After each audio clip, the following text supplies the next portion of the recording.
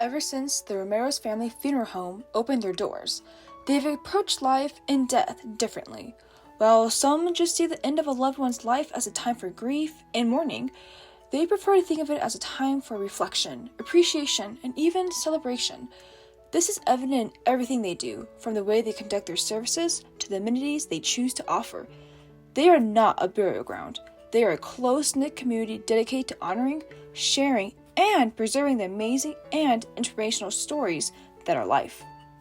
So my dad started the business back in 1977. He started here with his internship at a funeral home, and I was born and raised in the funeral home at Rivera Funeral Home, and then I was 1 year old, and my dad went to Alamosa and started his first funeral home down there in the valley. The best part of owning the funeral home is helping families kind of walk through their most difficult times in life. It's very rewarding, it's very stressful, very hard, but when you get to help a family all the way through and know that you did your best job and kind of help them with the grieving process, in the end, it's very rewarding. He passed away, he was active duty. He actually was flown from San Diego directly into the airport and Denver DIA. We actually got to meet the plane on the tarmac, which was right where the plane landed. The Marines, active Marines, got to carry Michael right out of the plane and into the hearse. His family was present. We all got to be right next to the casket as they came off the airplane and into the hearse. So the family was all present. We had tons of Marines there. And that was a very unique experience for the family to be able to be there when he landed. So that was a very unique service for him. So the family had made that for us, and we had it blown up to put it on the wall. Worst part of owning a funeral home is probably the stress, for sure, the emotions and trying to hold back, because really your goal is to get them through the services. And you know, the hours are tremendous. The details, making sure everything is done perfectly for a family. So the stress, the hours, and the pressure is really, really hard. Many loved ones have passed through this funeral home, but when it's a child or a family member, it hits differently. So yes, funerals are hard as it is, but when you get young people, babies, and especially your own family, those are always hard to get through. Your goal is, even though you're emotionally tied up and you're hurting inside, your goal is to get them through that service. So your grief, your release is always usually done after the ceremony. Babies are extremely hard, and children, you know, young kids and young adults, those are the hardest to get through, because, you know, the families are so, you know, full of emotion and so hurt, and to try to get them through and try to make them cope with what they're dealing with is extremely hard. There's always a time for work and a time for your personal life. Knowing how to balance those two worlds can give you skills of organization and time management, what you can gain from it and what you can miss out on. You know, when I was younger, yes, because the hours are so tremendous, my work, when I started, the work ethic was tremendously hard, because the hours, I wanted to be involved in every part of it. So I would put a lot of hours, anywhere between 18, 20 hours a day. So I missed a lot of things that my kids did during school. My wife at the time was able to do those things that I wasn't able to. So those are the only things that I probably regret, is missing a lot of the things that my kids did in school. Funeral homes have a process they follow, a course that makes it easier on both the home and family. So the process is, when someone passes away, the hospital or wherever they pass would normally call us.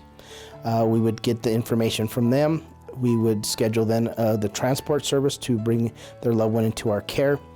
Once they're brought here into our care, we would call the family and set up a time for arrangements. Our first initial arrangements is to sit down with the families, plan whatever services they would like to do, merchandise, whatever they want to do, we'll plan it out. Usually I'll put together a packet for them to take home. They're able to take it home and think about exactly what they want to do, how they want to do it, plan everything, music, pictures, everything. Then we'll bring them back for a secondary follow-up. From the follow-up, then we schedule the churches and get everything planned however they want. Whether it's a burial, we'll plan with the cemeteries, or if it's cremation, then everything's done here in-house. There's two types of service that family will choose. One is a burial service, which is ground burial, and that's when we would use, of course, the cemetery as well.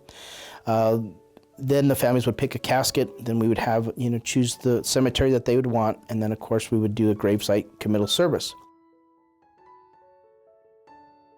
So when we bring in a family to show them the caskets, I always bring them down here. This is where the caskets start in cost. So I never tried to show them the most expensive casket. I try to start here, and we try to find a casket within their budget. The caskets, even the least expensive casket is still a very nice casket, is a metal casket. From there, they go up in cost, which they're again talking about the caskets when they're sealed. Some caskets seal and some do not. But as you can see, they get pretty custom, different colors, different backgrounds, different ways of remembering their loved ones. So as we do that, we do a lot of custom caskets. I can order a lot of caskets in stock, which kind of personalize what their taste for their loved one is. If they're very religious or very, very elegant, patriotic, whatever they liked. But we also do a lot of custom units where we can kind of personalize it. When I talk about personalizing, we do custom decals to where we personalize whatever the person liked. This necessary casket was done by the gentleman's tattoos on his arms. We duplicated it and made it right across the casket itself. We do a lot of sports, Broncos, New York Giants. We did a lot of different custom units. We did a lady who was a fighter, and she passed away of cancer. So we did the cancer ribbon, kind of personalized what she liked to do. We've had another gentleman who loved Marilyn Monroe, so we made him a Marilyn Monroe casket. Everything can be kind of personalized to what the person loved. We love, again, Broncos, sports memorabilia, Marines, big time. We do Steelers caskets, you name it.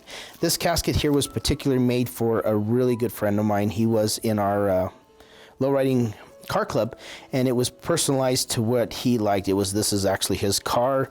It was done with our logo for the car club, and then of course personalized a lot with the personal touches of what he liked to do. So we do a lot of custom units. For veterans, we have the veterans casket, which is more of the eagle and the flag. So we do a lot of the custom units for patriotic. These two caskets here are a special casket.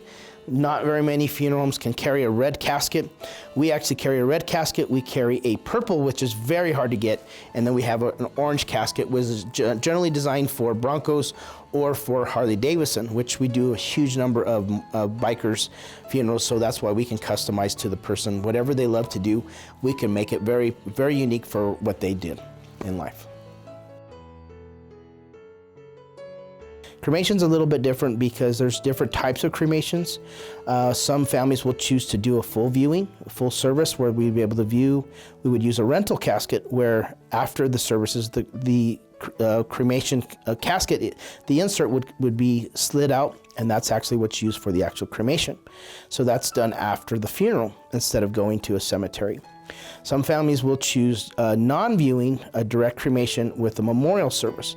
That is when cremation would take place, of course, first, and then the memorial service would take place to follow.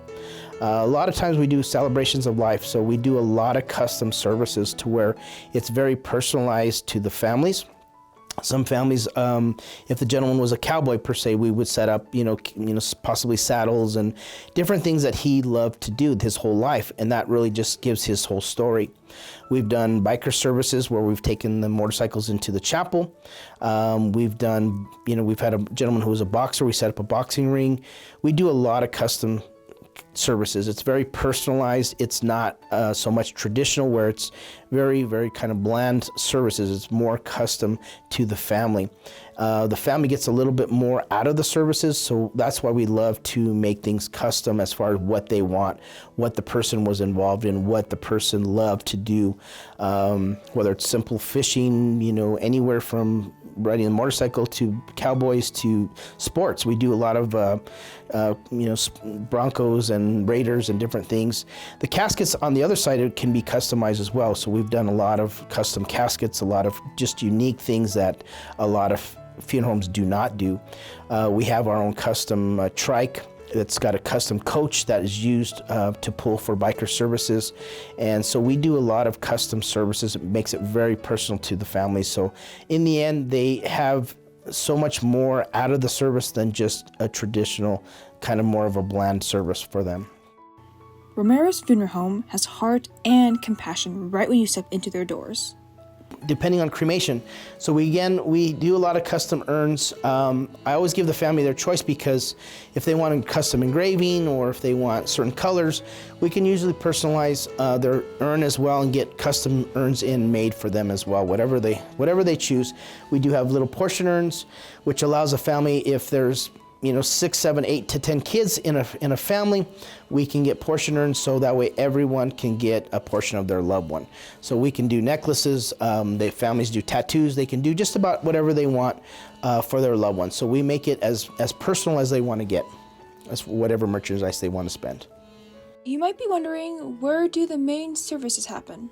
As you walk in, this is our main chapel. This is where we have our services. We have actually the largest chapel in Pueblo. We can sit about 260 people. There again, we have this big screen TV for our videos. Our lighting is very soft. Our custom portraits that were done in the back were very soft to make it more easy as you come in. Just softens the mood of the ceremonies. So there again, our chapel is one of the largest in Pueblo. We actually have 2 funeral homes in Pueblo. We have one here and in Pueblo West. As a family, we actually have 13 funeral homes. We started in the San Luis Valley. There's 5 funeral homes down there in the whole San Luis Valley. We have 2 in Pueblo. We cover the Walsenburg, La Junta, and Rocky Ford area. And then, of course, we have 3 of our big facilities in Denver. My youngest brother runs all the funeral homes in Denver.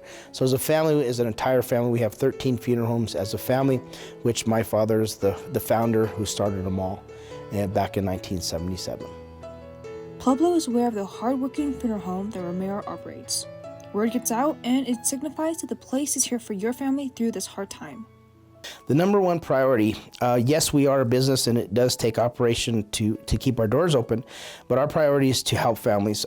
We know that we reside here in Pueblo, and Pueblo is not a very wealthy community. So assisting families to do a beautiful service with keeping the costs as low as we possibly can, but giving the families the best service we can.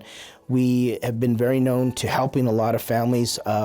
We do a lot of Medicaid services, a lot of assistance programs to help families pay for services, because, in the end, there's not a lot of services that are available to families. So we try to make sure that we help them the best we can and keeping the costs down. But still, priority is giving them the best service, regardless. When they walk away, they've had the best service. They've had the best experience with us here at the funeral home.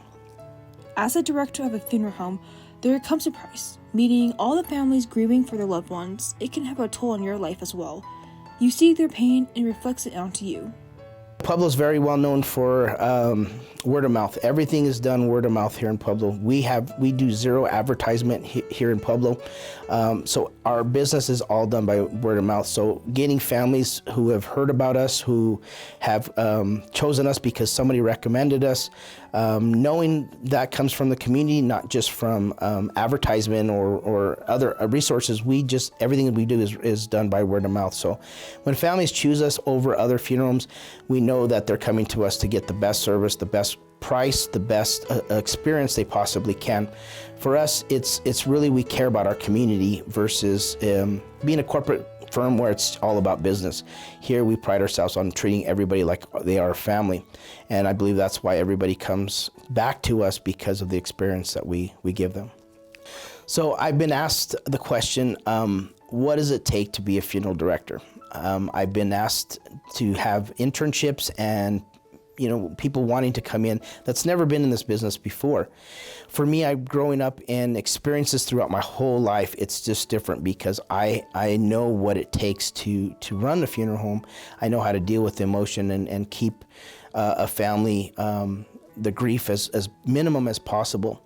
Some people have come into the business not knowing the experience, not knowing what it takes to be in this business.